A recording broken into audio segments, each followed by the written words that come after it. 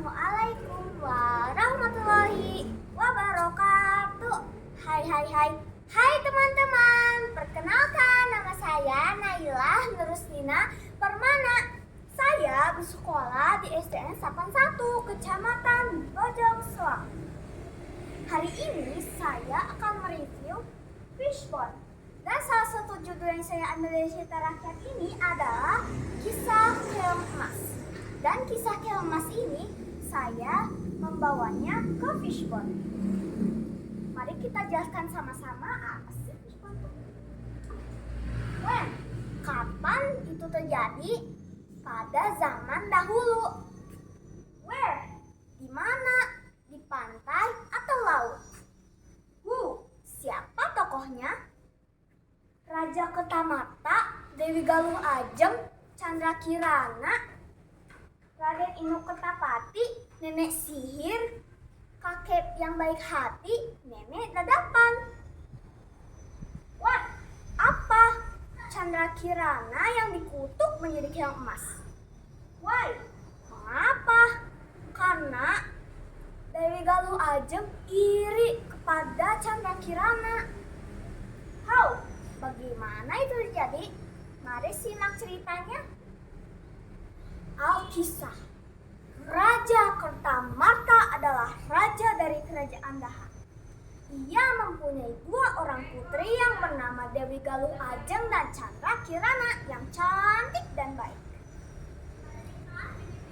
Lalu Chandra Kirana sudah ditunangkan oleh putra dari kerajaan Kahuripan, yaitu Raden Inu Ketapati yang adil dan bijaksana.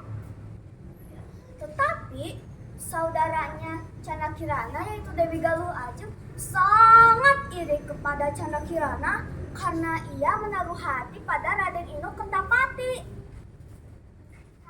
Dan Dewi Galuh Ajeng pun menemui nenek sihir untuk mengutuk Chandra Kirana menjadi keong emas. Sampai Chandra Kirana diusir dari istana.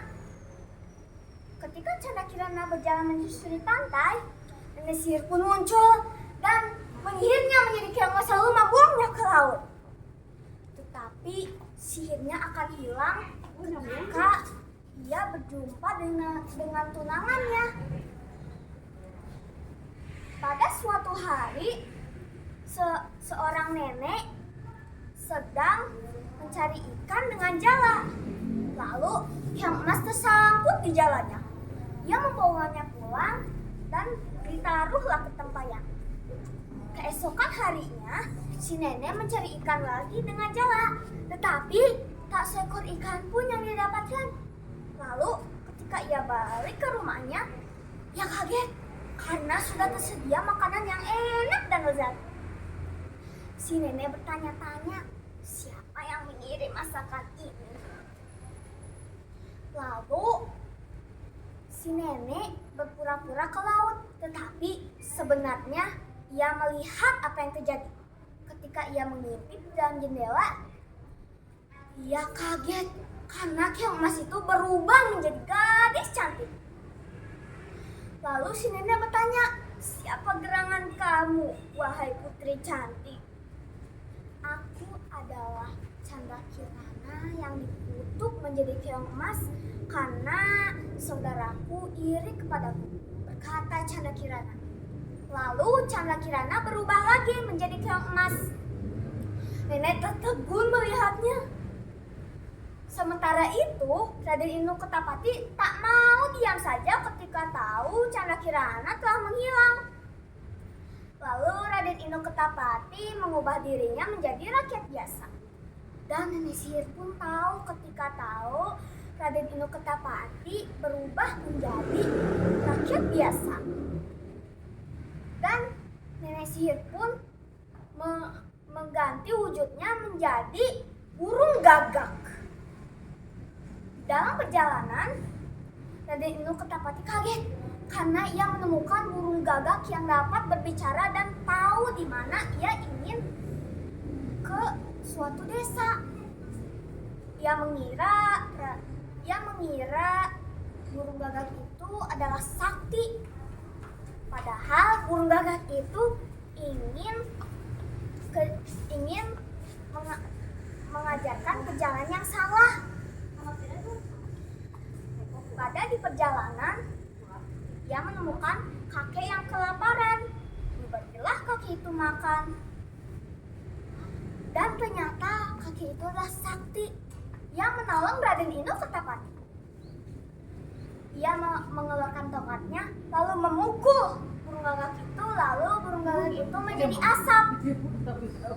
Dan diberitahulah di mana Canda Kirana berada. Sampailah di desa Dadapan. Ia menemui sebuah gubuk untuk meminta sedekuk air. Lalu ia kaget karena melihat tunangannya sedang memasak. Dan akhirnya sihirnya pun hilang karena Canda Kirana bertemu dengan tunangannya. Canda Kirana memperkenalkan tunangannya kepada nenek Dadapan. Lalu Raden Inu Ketapati memboyong